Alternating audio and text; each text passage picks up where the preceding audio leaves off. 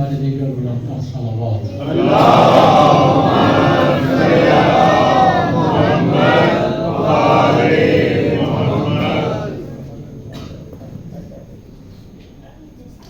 اعوذ باللہ من الشیطان الرجیم بسم اللہ الرحمن الرحیم الحمدللہ رب العالمین والصلاة والسلام علی اشرف الانبیاء والمرسلین رسول النبی الأمی الہاشمی سیدنا و شفیعنا ابی القاسم المصطفیٰ محمد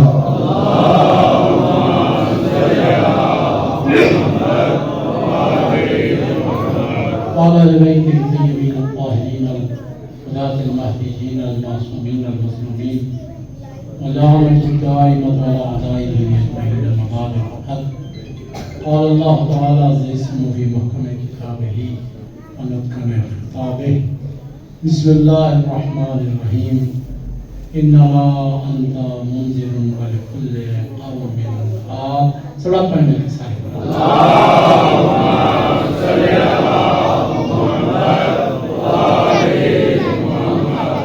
محترم مہربان اہل بیت شیعان اہل بیت، آپ کے سامنے اس کتاب کی چند لفظیں تلاوت کرنے کا شرف حاصل کیا کہ جسے اللہ نے دنیا میں جب بھیجا ہے تو اکمل ترین کتاب بنا کے بھیجا.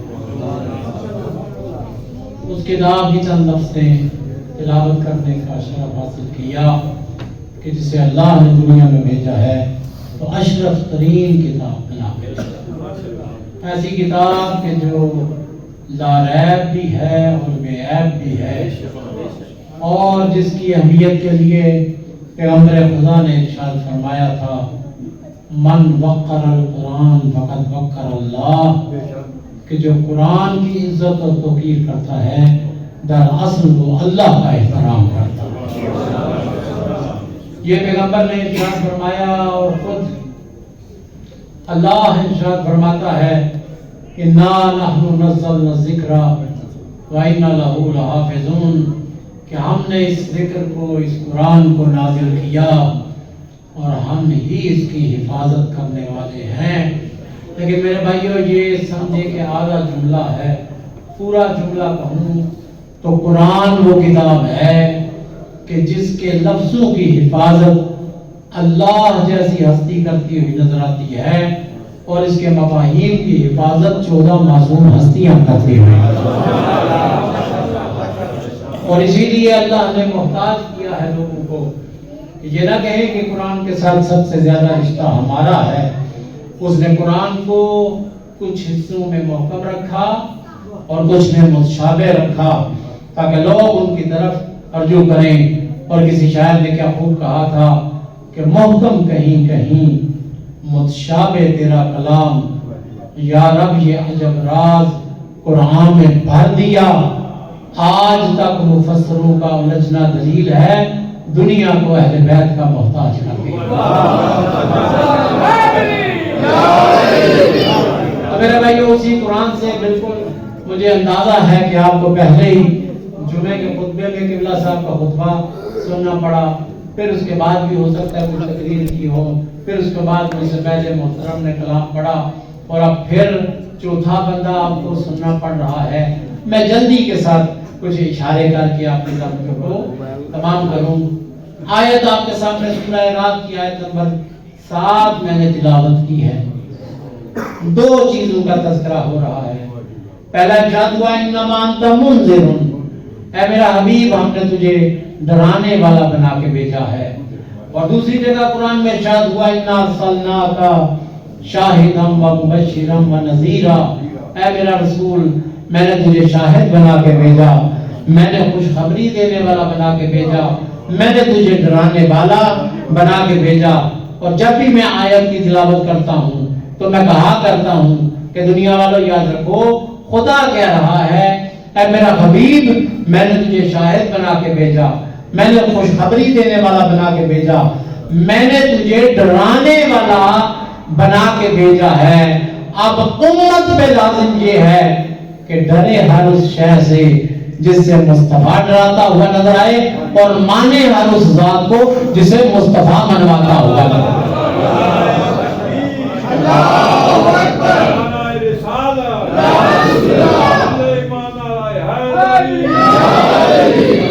ڈرے ہر اس شے سے جس سے مصطفیٰ ڈرائے اور مانے ہر اس ذات کو جسے مصطفیٰ منوائے۔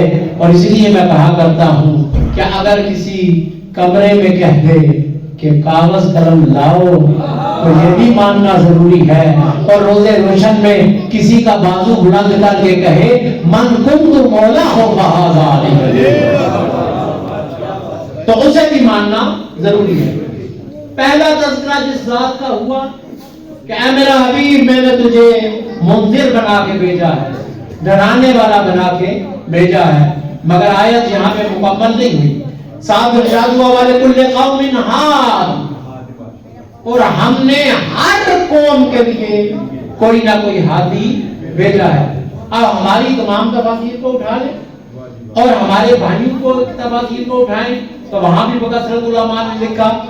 اگر اشارہ کرنا چاہو تو 2-3 نام میں لکھ کے لایا ہوں کہ ابن جریر کو پڑھ لیں، ابو نعیم کو پڑھ لیں، ابن اساکر کو پڑھ لیں، یہ تینوں ہمارے بھائیوں کے مفسرین ہیں۔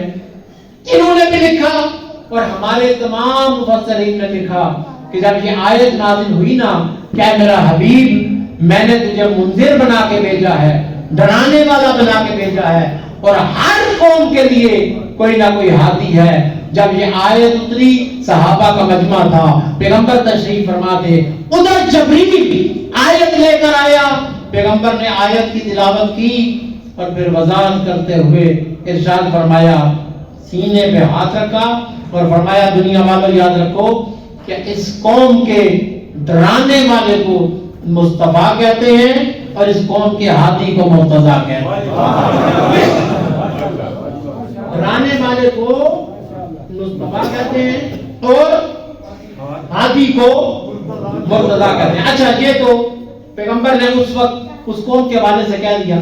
مولانا فرمان علی نجوی کا اگر آپ حاشیہ اٹھائیں نا، کبھی کبھی آپ ہمارے علماء کے لکھے ہوئے تراجم اور ان کے حاشیوں کو اٹھایا کریں۔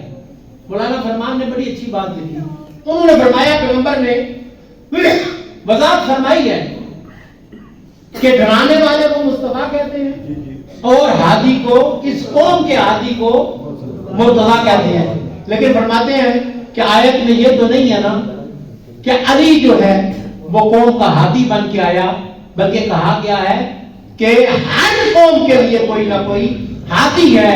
دنیا آنکھیں کھولے تو نظر آئے گا کہ یہ علی کی امامت کا بھی تذکرہ ہو رہا ہے، علی کے 11 معصوم بیٹوں کی امامت کا بھی تذکرہ ہو رہا ہے۔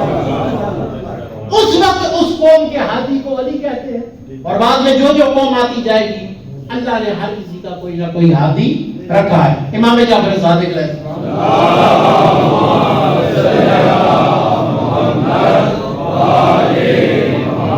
امام جعفر صادق علیہ السلام کو حاکم وقت نے اپنے پاس بلایا اور کہنے لگا کہ فرزند رسول کیا لوگوں کو کہتے ہیں کہ آپ کا درجہ بڑا بلند ہے، آپ کوئی ہم سے الگ ہے، آپ بھی بنو ہاشم سے، میں بھی بنو ہاشم سے، آپ بھی وہ عباسی تھا، آپ بھی بنو ہاشم سے اور میں بھی بنو ہاشم سے، آپ کی بھی 2 آنکھیں ہیں، میری بھی 2 آنکھیں ہیں، آپ کا بھی ایک ناک ہے، میرا بھی ایک ناک ہے، آپ کے بھی 2 کان ہیں، میرے بھی 2 کان ہیں، کیا فرق ہے آپ میں اور مجھ میں؟ کیوں لوگوں کو کہتے ہیں کہ ہمارا مرتبہ بلند ہے؟ آپ میری طرح ہیں اور میں آپ کی طرح ہوں۔ یہ سننا تھا کہ امام نے دیکھ کے ارشاد فرمایا نہیں، تجھے غلط فہمی ہو گئی ہے، ناک کان کی وجہ سے ہم یہ نہیں کہتے کہ ہم ایک جیسے ہیں، یا ہم یہ نہیں کہتے کہ ہم بلند ہیں، بلکہ سبب یہ ہے کہ تم میں اور ہم میں فرق اللہ نے یہ رکھا ہے کہ اگر تیرے بڑوں میں سے کسی کو بھی کلمہ نصیب ہوا ہے تو میرے جد مصطفیٰ کا صدقہ ہے، اور تیری نسل میں سے اگر کل کو بھی کوئی کلمہ پڑے گا میرے کسی نہ کسی بیٹے کا صدقہ ضرور ہے۔ یہ کہ اگر دنیا کو اسلام ملتا ہے تو وہ بھی اسی گھر سے ملتا ہے، اگر دنیا کو ایمان ملتا ہے تو وہ بھی اسی گھر سے ملتا ہے۔ تو میرے بھائیو یہ وہ ہستیاں ہیں کہ اگر کائنات میں ہر مرحلے میں جو سردار نظر آتے ہیں تو یہی نظر آتے ہیں، معتبر نظر آتے ہیں تو یہی نظر آتے ہیں، مولا نظر آتے ہیں تو یہی نظر آتے ہیں، حاکم نظر آتے ہیں تو یہی نظر آتے ہیں، اور کوئی مقابلہ ان ہستیوں کا نہیں کر سکتے۔ اچھا آپ توجہ فرمائیں ایک بات کی طرف کہ دنیا میں دو قسم کے انسان ہوتے ہیں، ایک ہوتے ہیں با فضیلت اور ایک ہوتے ہیں بے فضیلت۔ بے فضیلت کو چھوڑ دیں، ان کا تذکرہ نہیں کرتے، دوسرے ہیں با فضیلت۔ اچھا جو با فضیلت ہیں ان میں بھی دو قسم کے لوگ ہیں، ایک ہیں ارتقا والے اور ایک ہے عطا والے۔ ایک ہے ارتقا والے، کچھ محنت کر کے نا کچھ تھوڑا سا وہ اپنے درجے کو بلند کر سکتے ہیں، ایک ہے ارتقا والے اور ایک ہے عطا والے کہ جن کا درجہ اللہ نے بلند کر دیا۔ ارتقا والے کون ہیں؟ وہ ہم جیسے انسان ہیں، محنت کر کے آدمی انسان بن جاتا ہے۔ ارتقا والا کون ہے کہ محنت کرے تو آدمی سے انسان بنتا ہے، انسان سے مسلمان بنتا ہے، مسلمان سے صاحب ایمان بنتا ہے، صاحب ایمان سے حضرت سلمان بنتا ہے۔ محنت کر کے حضرت سلمان ہونا اور ہوا کرتا ہے، کل ایمان ہونا اور ہوا کرتا ہے۔ محنت کر کے جنتی بن جانا یہ اور ہوا کرتا ہے، اور جوانان جنت کا سردار ہونا یہ اور ہوا کرتا ہے۔ تو میرے بھائیو یہ عطا والے ہیں، لیکن یہ آخری حد نہیں، قسم با خدا یہ وہ عطا والے ہیں کہ جن کا مقابلہ کوئی دوسرا عطا والا بھی نہیں کر سکتا۔ صرف ارتقا والا نہیں، اللہ نے نبیوں کو بھی فضیلتیں عطا کی ہیں، مگر اس گھرانے کا مقابلہ کائنات میں کوئی نہیں کر سکتا۔ معصوم تو اور بھی بہت ہیں نا، 1,24,000 پیغمبر سب معصوم ہیں، لیکن کیا خیال ہے کیا وہ ان کا مقابلہ کر سکتے ہیں؟ میں عموماً کہا کرتا ہوں کہ میرے بھائیو پانی تو دنیا میں بہت سارے ہیں، مگر ہر پانی آب زمزم نہیں ہوا کرتا۔ ایک ہاتھ میں کتنی انگلیاں ہیں، لیکن کیا ساری برابر ہیں؟ نہیں، ہر ایک میں فرق ہے۔ اچھا اللہ نے دنیا میں جو چیزیں بھیجی ہیں، کوئی سی بھی دو چیزیں اللہ نے ایک جیسی نہیں بنا کے بھیجی۔ دو نبی ہیں تو نبوتوں میں فرق، دو رسول ہیں تلک الرسل فضلنا بعضهم علی بعض، دو نبی آئے تو نبوتوں میں فرق، دو رسول ہیں تو رسالتوں میں فرق، دو ولی ہیں تو ولایتوں میں فرق، دو امام ہیں تو امامتوں میں فرق۔ کوئی سی بھی دو چیزیں، بلکہ اگر میں لفظ بدلوں، دو مشرک ہیں تو شرک میں فرق، دو منافق ہیں نفاق میں فرق، دو عالم ہیں تو علم میں فرق، دو جاہل ہیں تو جہالتوں میں فرق۔ کوئی جہل ہوتا ہے کوئی ابو جہل، جہالتوں والے بھی ایک جیسے نہیں ہوتے۔ تو میرے بھائیو پانی تو دنیا میں بہت سارے ہیں، سمجھانے کے لیے قبلہ موجود ہے، جو حضرات توضیحات المسائل کو پڑھتے ہیں وہ بھی دیکھ سکتے ہیں کہ وہاں پہ مطالعات میں اگر آپ دیکھیں تو پانی کی کتنی قسمیں ہیں جی۔ کور پانی ہے، اس کے علاوہ جو ہے آپ دیکھیں جاری پانی ہے، بارش کا پانی ہے۔ اچھا فیکٹ سے نکلیں تو پھر جاری پانی کو آپ کہہ سکتے ہیں یہ نالے کا پانی ہے، یہ نہر کا پانی ہے۔ پانی تو بہت سارے ہیں، مگر ہر پانی آب زمزم نہیں ہوا کرتا۔ پانی بہت سارے ہیں مگر ہر پانی آب زمزم نہیں ہے، ہر پہاڑ کو طور نہیں ہے، ہر غار غار ہرا نہیں ہے، اور ہر میدان میدان غدیر نہیں ہے، ہر چادر چادر تطہیر نہیں ہے۔ جیسے ہر چادر چادر تطہیر نہیں ہو سکتی، کوئی بھی عطا والا اس گھرانے کا مقابلہ نہیں کر سکتا۔ اور جس کے جشن منانے کے لیے آپ یہاں پر آئے ہیں، کون مقابلہ کر سکتا ہے؟ ہاں میرے بھائیوں، کون مقابلہ کرے؟ پہلے کوئی زہرا سی زوجہ لے کر آئے تو علی کا مقابلہ کرے، کوئی حسنین جیسے بیٹے لے کر آئے تو علی کا مقابلہ کرے، کوئی محمد جیسا سسر لے کر آئے تو علی کا مقابلہ کرے۔ نہیں میرے بھائیوں، کوئی بھی مقابلہ اس ذات کا نہیں کر سکتا ہے۔ اور میں چونکہ پیغمبر نے اس آیت میں ارشاد فرمایا، وضاحت فرما دی کہ ڈرانے والے کو مصطفیٰ کہتے ہیں اور اس قوم کے ہادی کو مرتضیٰ کہتے ہیں۔ دو کا تذکرہ کیا، جب پیغمبر نے دو کا تذکرہ کیا ہے تو پھر آپ ایک کو چھوڑ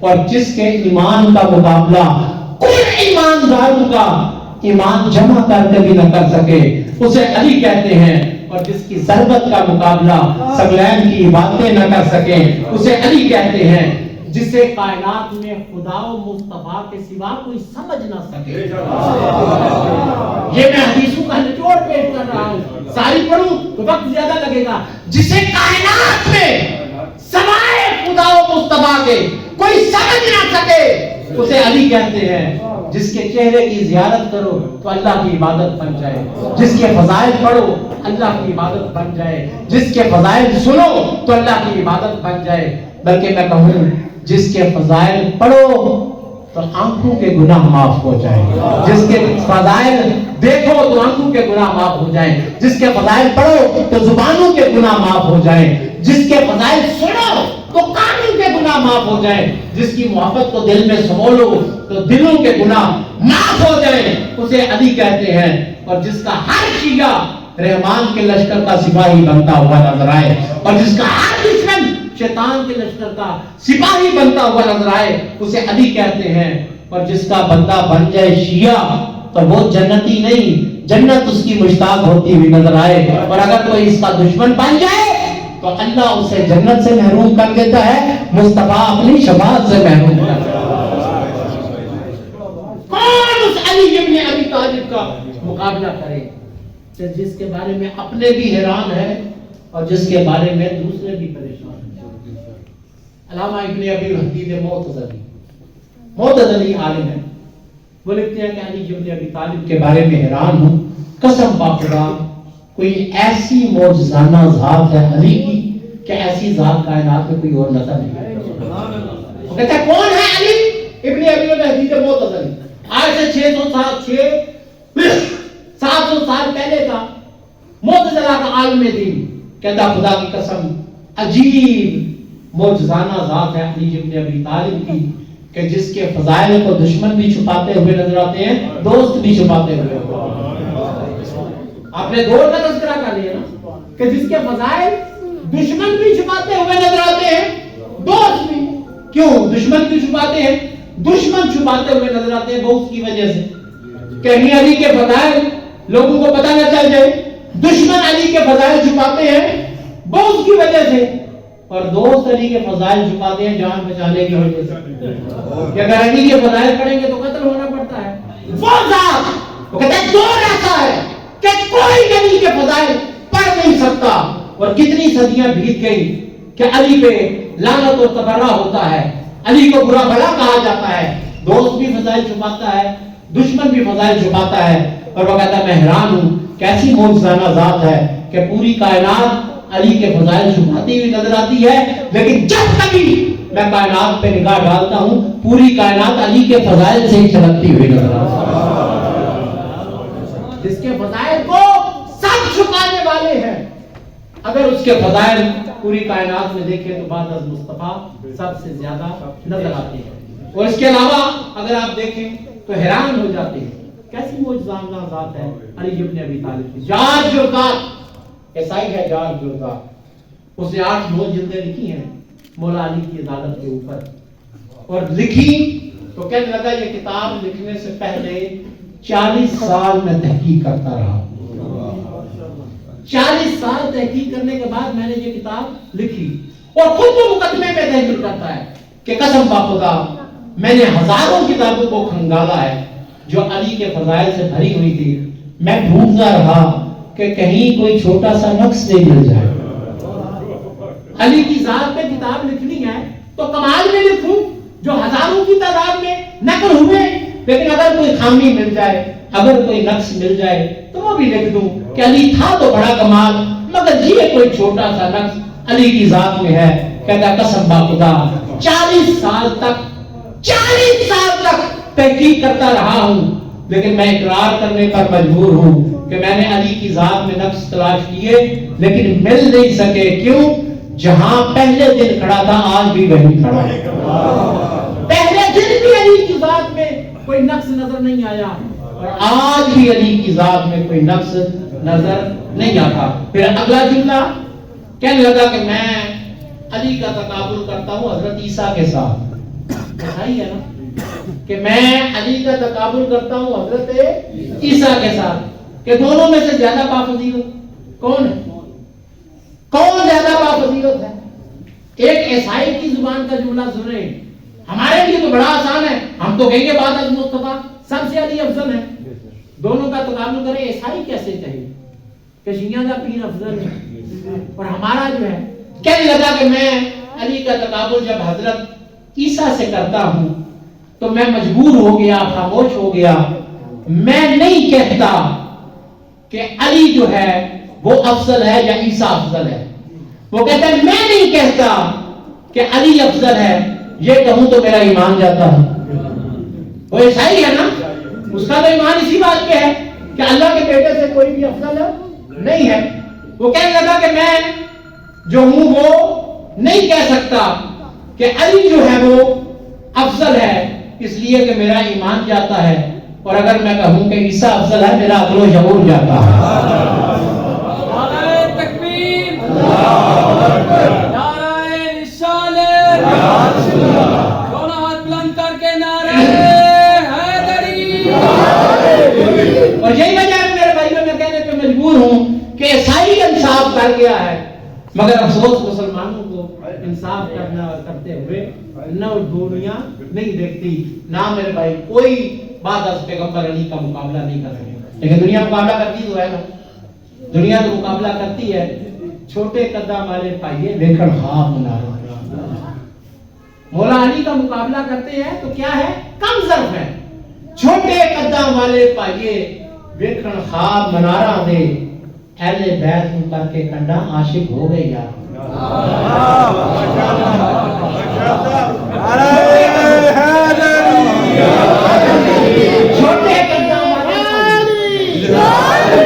چھوٹے قدم والے پائیے ویکھن خواب منارا دے, اہل بیت میں کر کے کنڈا عاشق ہو گئے. وہ بابر علم تو چنگا کیڑا, پلے چھڈ گوارا دے, غوث قطب نو روندی دنیا اسی تے نوکر بارا.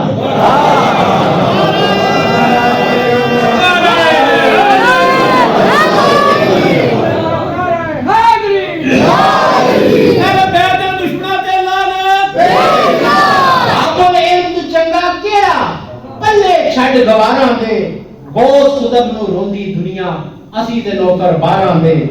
رولا پان نو کچھ نہیں لگتا, رولا پان نو کچھ نہیں لگتا, پجڑ منہ گلارا دے, جنہ اہل بیت ستائے رنے اندر گارا دے.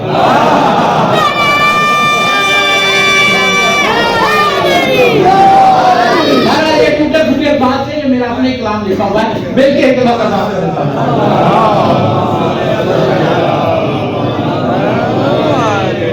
چند منٹ آپ کو اور تکلیف دوں گا میرے بھائیوں.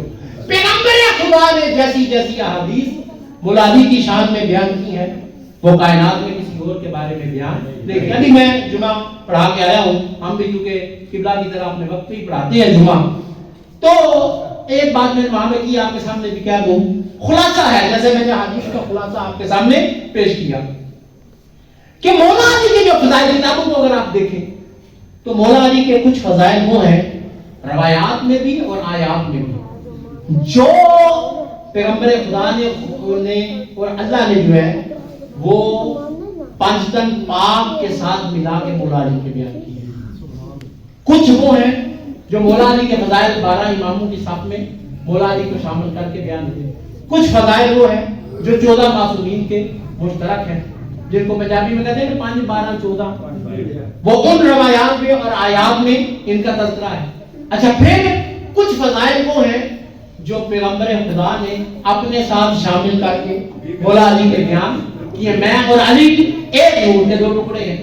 اچھا, کچھ فضائل وہ ہیں جو پیغمبر نے فقط مولا علی کے بیان کیے ہیں, اور کچھ فضائل وہ ہیں جو پیغمبر نے مولا علی کے اس وضاحت کے ساتھ بیان کیے ہیں کہ یا علی یہ فضائل کائنات میں کسی کے نہیں ہیں حتیٰ کہ مجھ مصطفیٰ کے بھی ہیں.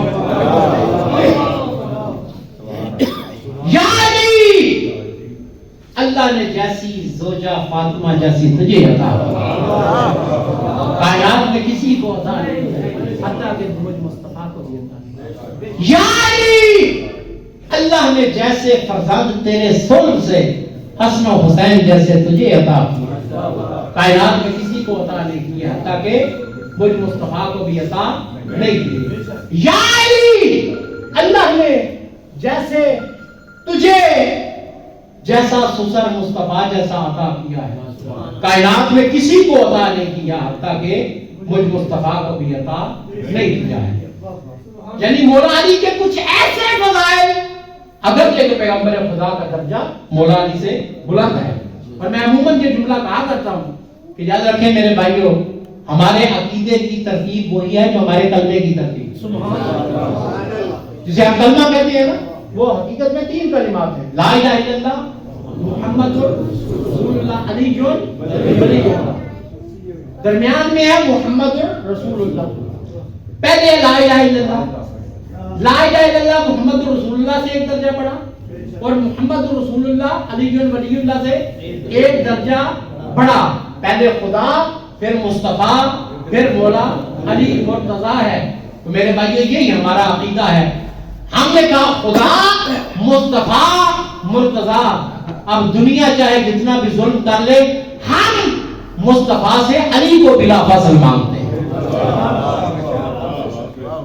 لیکن وہ مصطفیٰ کہہ رہے ہیں کہ کچھ فضائل ایسے اللہ نے عطا کیے جو مجھ مصطفیٰ کو بھی عطا نہیں کیے۔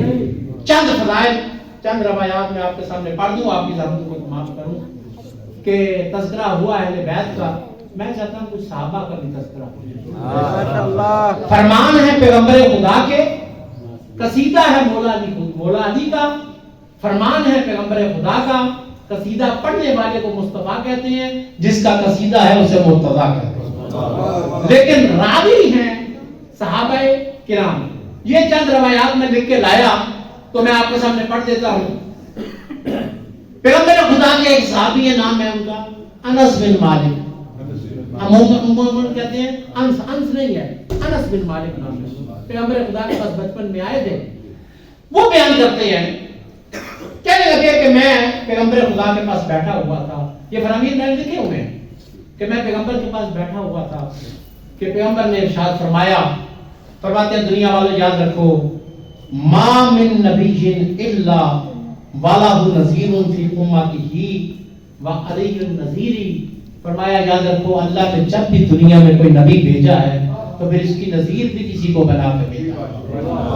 آدم بھیجا تو شیش کو نذیر بنا کے بھیجا، ابراہیم بھیجا تو اسماعیل کو نذیر بنا کے بھیجا، موسیٰ بھیجا تو ہارون کو اس کی نذیر بنا کے بھیجا۔ فرمایا جب بھی اللہ نے دنیا میں کوئی نبی بھیجا تو کوئی نہ کوئی اس کی نذیر بنا کے بھیجا۔ پھر فرمایا وَعَلِيٌّ نَذِيرٌ، اس امت میں اگر کوئی مصطفیٰ کی نذیر ہے اسے علی مرتضیٰ کہتے ہیں۔ اگر کوئی مصطفیٰ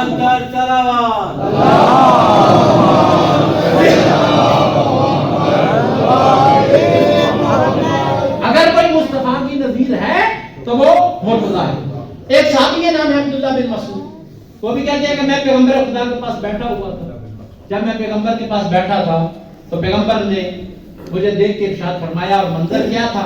وہ کہتے ہیں رأیت رسول اللہ، میں نے رسول خدا کو دیکھا، وَكَفَّهُ فِي كَفِّ عَلِيٍّ، اور ان کا ہاتھ علی کے ہاتھ میں، معصوم نے معصوم کا ہاتھ پکڑ رکھا ہے، وَهُوَ يُقَبِّلُهُ، اور اس کے بعد پیغمبر خدا علی کے ہاتھ کا بوسہ لے رہے ہیں، بھائی کے ہاتھ کا بوسہ لے رہا ہے۔ فَقُلْتُ يَا رسول اللہ، میں نے سوال کیا، میں نے کہا یا رسول اللہ ماں منزلت ہو، وہ محبت کو دیکھا نا، کتنی محبت سے مولا علی کے ہاتھ کا بوسہ لے رہے ہیں۔ میں نے پوچھا ماں منزلت ہو علی من کا، یا رسول اللہ اتنی محبت سے بوسہ لے رہے ہیں، آپ کے نزدیک علی کا مقام کیا ہے؟ اتنی محبت سے بوسہ لے رہے ہیں، مجھے بتائیں آپ کے نزدیک علی کی منزلت کیا ہے؟ کائنات کی قیمت کے صدف ہیں۔ دیکھ کے ارشاد فرمایا عبداللہ مجھ سے علی کی منزلت پوچھتا ہے تو بس اتنا جان لے، اِنَّا مَنزِلَتَ عَلِيٍّ مِّنِّي كَمَنزِلَتِ مِنَ اللَّهِ، میرے نزدیک علی کی منزلت وہی ہے جو خدا کی نظر میں مصطفیٰ کی منزلت ہے۔ میرے نزدیک علی کا مقام وہ ہے جو خدا کی نظر میں مصطفیٰ کا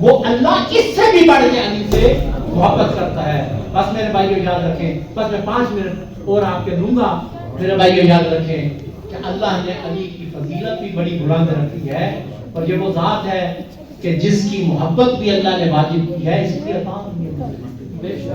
حق بڑا ہے علی ابن ابی طالب, چھوٹا حق نہیں ہے. جب امام بڑا ہے تو حق بھی بڑا ہے. مرتبے جو بلند ہے تو پھر ان کا حق بھی بلند ہے اور حق بڑا ہے. اور میں ایک آج کل جو ہے نا تھوڑا سا ہم ڈالڈے گھی والے شیعہ ہوتے ہیں. پرانے شیعہ ذرا نا طاقتور شیعہ ہوتے تھے, دیسی گھی والے شیعہ.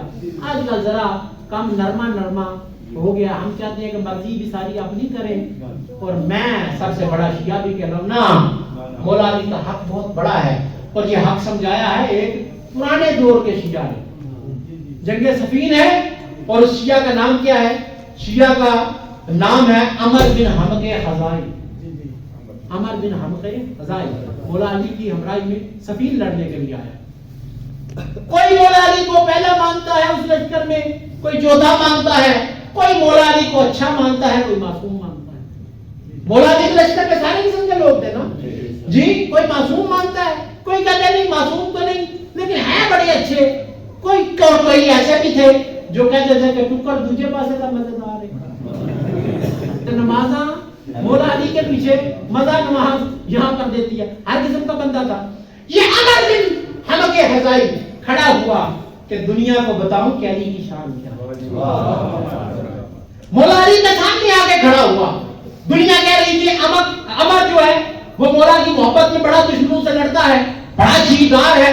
وہ سامنے کھڑا ہوا اور کہنے لگا, لوگ کہتے ہیں کہ عمر نے بڑا کام کیا کہ علی کے لیے دشمنوں سے لڑ رہا ہے, ہر کسی سے لڑتا ہے نا یا علی, میرا کمال کوئی نہیں. اور پھر دنیا کو دیکھ کے کہتا ہے قسم با خدا علی ابن ابی طالب کو اللہ نے وہ مرتبہ عطا کیا ہے, وہ شان عطا کی ہے, وہ منصب عطا کیا ہے کہ اگر میں علی کی محبت میں پہاڑوں کو ریزہ ریزہ کر دوں, اگر علی کی محبت میں کل کائنات کے سمندروں کو پانی کو بکھیر دوں, تو خدا کی قسم میں اقرار کرتا ہوں کہ میرا کام چھوٹا ہوگا, علی کا حق پھر بھی اس سے بڑا. سارے پہاڑوں کو ریزہ ریزہ کر دوں, کل کائنات کے پانی جو سمندروں میں ہیں ان کو بکھیر دوں, تو میرا کام چھوٹا ہے, علی کا حق اس سے بھی بڑا ہے. مولا نے سر اٹھا کے دیکھا کہ میرا شیعہ میرا قصیدہ پڑھ رہا ہے, اور دیکھ کے ایسے مضبوط شیعہ کو دیکھ کے مولا نے کہا خدا کی قسم عمر تیرے جیسا 100 میرا شیعہ ہوتا, علی کو کائنات کی پرواہ ہی کوئی نہیں.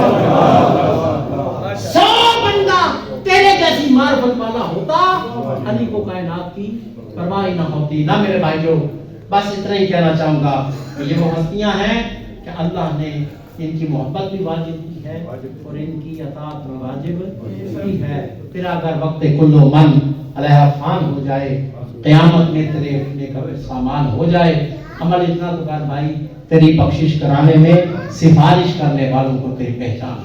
بڑا اچھا ہے کہ آپ جو ہے آپ کو دیکھ کے میں بڑا خوش ہوتا ہوں کہ آپ جو ہیں وہ بے سرے مولوی سنتے ہیں. آپ کہتے ہیں کہ آپ کو مولا کے فضائل سنائے جائیں اور آپ آ جاتے ہیں. مجھ سے پہلے بھائی نے بھی کلام بڑا اچھا پڑھا اور اللہ کے فضل سے استاد سبتے جعفر کے طرز پہ پڑھا ہے, نور جہاں کی طرز پہ نہیں پڑھا. بڑا اچھا ہے, اللہ قبول کرے. اللہ ان کی جتنی بھی محنت کر رہے ہیں اس کو اپنی بارگاہ میں منظور و مقبول کرے. کلام بھی بڑا اچھا ہے, ادائیگی بھی بڑی اچھی ہے. بہرحال آج کل کام جو ہے وہ کم ہی ہو گیا ہے.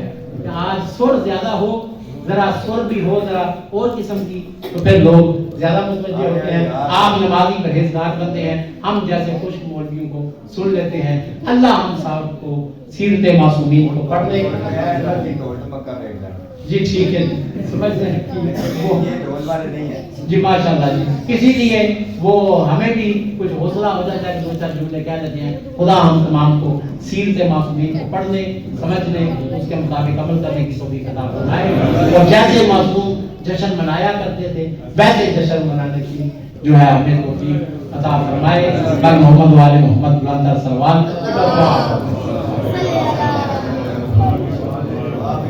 نہیں آپ اللهم صل علی محمد و آل محمد اللهم صل علی محمد و آل محمد سامع دعا یا رافع السماء دائم البقاء یا واسع العطاء یا عالم الغیوب یا ساتر الغیوب یا بخش الذنوب یا کاشف الکروب اللهم انا نسألك زيادة في العلم وبركة في الرزق وطولا في الحياة وتوبة قبل الموت وراحة عند الموت ونجاة من النار ودخولا في الجنة رب زدنی علما وعملا والحقنی بالصالحین.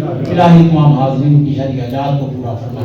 یہ یہاں پر جتنا بھی خرچہ خراجات کیا گیا ہے میں نے جو کچھ پڑھا مومنین نے سنا اس تمام کا اجر و ثواب جو ہے ہمارے جتنے بھی مرحومین و مرحومات دنیا چلے گئے ان کی ارواح کو احسان فرما. خدایا حاضرین کے مرحومین و مرحومات کو اعلیٰ اندیجین میں جگہ فرما. ان کے نامہ اعمال میں اگر کسی قسم کا کوئی گناہ ہے اس کو جلد از جلد معاف فرما. ان کے نامہ اعمال کو نیکیوں سے پر فرما. ان کی قبور کو اپنے انوار سے پر فرما.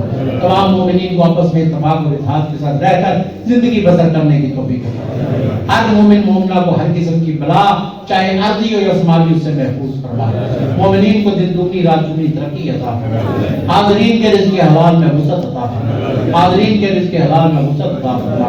قوم و ملت کے جو بچے تعلیمی میدان میں ہیں انہیں جلد از جلد اپنی تعلیم مکمل کرنے کی توفیق عطا فرما. جو تعلیم مکمل کر چکے انہیں بہتر سے بہتر روزگار عطا فرما. اگر کوئی مومن پریشان ہے اس کی پریشانی کو جلد از جلد دور فرما. اگر کوئی مومن بیمار ہے بیماری کا بلا کا واسطہ اس کی بیماری کو جلد از جلد رفع فرما. ہم تمام کی جائز شرعی حاجات کو پورا فرما. اپنے اپنے مرحومین و مرحومات کے بانیان کے مرحومین و مرحومات کے لیے